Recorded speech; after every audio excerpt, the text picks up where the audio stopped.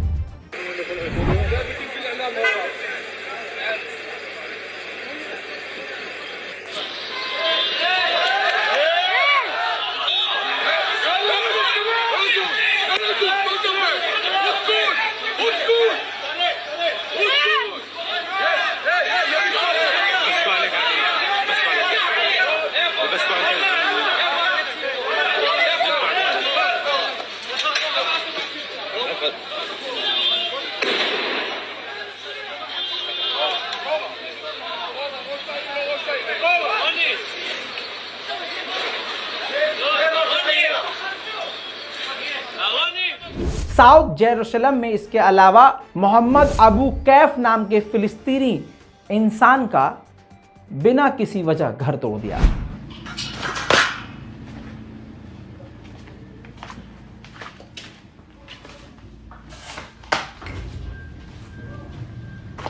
अब ये दोस्तों घर जो टूटा हुआ आपने देखा, इस पर यहूदियों को बसा दिया जाएगा। ऐसा इजराइल आज से नहीं 70 साल से हर दिन करता आया है।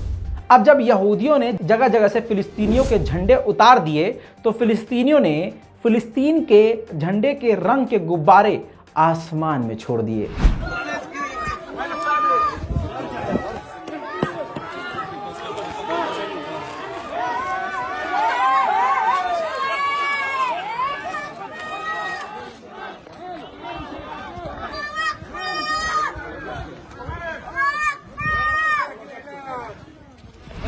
दोस्तों ये थी इजराइल और फिलिस्तीन की सबसे लेटेस्ट और डिटेल में सारी जानकारी। इस पूरी रिपोर्ट पर आपकी क्या राय है? अपनी राय कमेंट में ज़रूर लिखें और दुआओं में मुझे ज़रूर याद रखें। मैं हूं रज़ा और आप देख रहे हैं रज़ाग्राफी। जय हिंद।